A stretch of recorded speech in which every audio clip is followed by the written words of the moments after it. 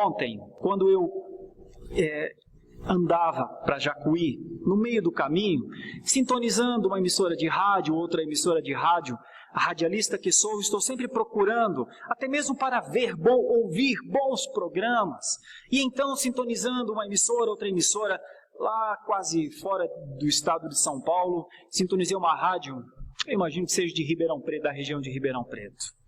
E então, o pregador estava numa chamada Conferência de Milagres.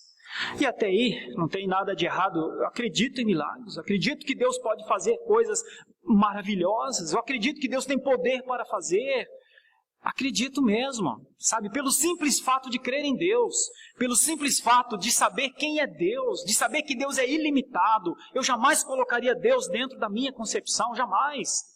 Eu posso até não ver, eu posso até não estar presente, mas eu creio que Deus pode mesmo todas as coisas. Mas não as que eu ouvi, certamente não. Porque este pregador dizia ali coisas que não fazem sentido com a realidade da fé. Só não fazem sentido, sabe, um grito atrás do outro, um glória atrás do outro, um aleluia atrás do outro, e então afirmar que naquele momento Deus estava lhe revelando que 22 pessoas tiveram dor de cabeça na última semana. Irmãos, isso não faz sentido, sabe? Não faz sentido que o Espírito de Deus estava naquele momento lhe revelando que naquela última semana 14 estavam com dores nos rins. E então era para que aquelas pessoas acreditassem que Deus estava ali revelando e insistindo. Vejam, meus irmãos, Deus fala comigo, vejam, Deus me ama, ó Deus, obrigado por esse amor, porque as suas palavras... Mas o pior de tudo, o dramático de tudo, foi que em meio à sua pregação, e essa pregação estava sendo traduzida para o espanhol. Então, em cada momento que o pregador falava, o tradutor traduzia em espanhol. E eu gosto do espanhol, eu ficava ouvindo o espanhol, até achando interessante. Aqui no Brasil, provavelmente estava sendo transmitido para outro lugar também. Mas o máximo da falta do discernimento das realidades das coisas espirituais foi quando o pregador começou a orar em línguas e o tradutor traduzia para o espanhol. Aí não dá. Aí é de doer. Não, aí é triste, irmãos. Aí é horroroso. Eu faço parte desse grupo de pessoas. São essas as pessoas que estão pregando esse que vai voltar um dia. Eu não acredito. É lamentável. É lamentável. E eu resolvi denunciar isso também. Eu sei que tem gente inocente lá. Eu sei que tem gente em busca de um milagre. Mas sinceramente, Deus está muito além do Deus que desmancha caroço, meus irmãos, pelo amor de Deus. Deus está muito além do Deus que o Espírito conta que tem 13, que tem 15, com dor aqui, dor ali naquela semana, e que agora o milagre vai acontecer e a pessoa vai entrar na fila para vir contar a bênção. Pelo amor de Deus, pelo amor de Deus. Mas eu quero denunciar a fonte. Esses homens são pobres homens.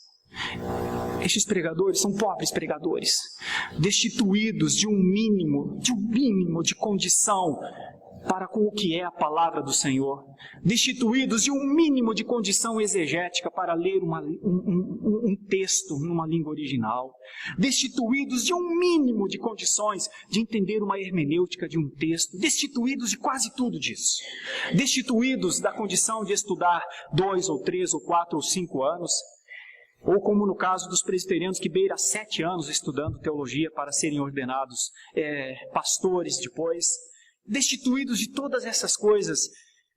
Eu só tenho dó.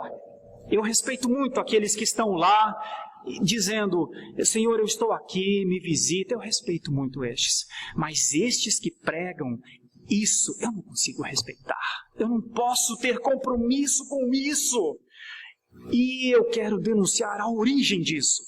A origem disso é um grupo de pentecostais que assumiu no Brasil um contexto americano em décadas passadas.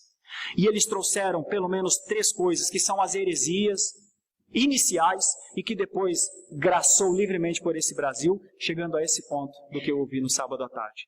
São aqueles que trouxeram para o Brasil, nas décadas anteriores, a chamada confissão positiva. De dizer que se determinar, se decretar, vai acontecer. Isso é uma mentira. Isso é uma mentira já desmascarada na história, mas infelizmente no Brasil, muitos ainda acham que isso é verdade.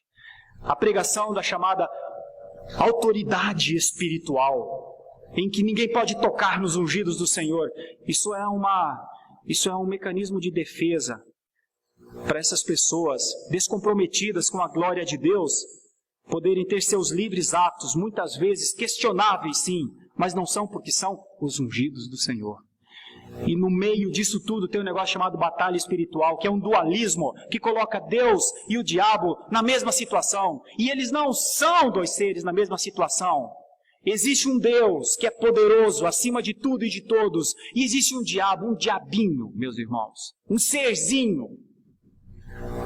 Não para ser combatido por nós, como muitos pensam, mas diante de Deus, ele é um cisco.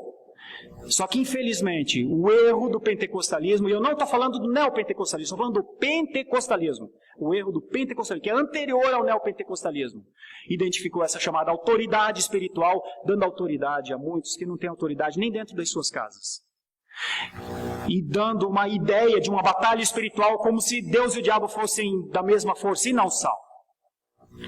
E por fim, se essa autoridade espiritual tem força para combater Satanás com as suas artimanhas e muitas vezes mantras ligadas e muito parecidas com hipnotismos em série que a gente vê na internet em todo lugar, obviamente, estes também foram aqueles da confissão positiva.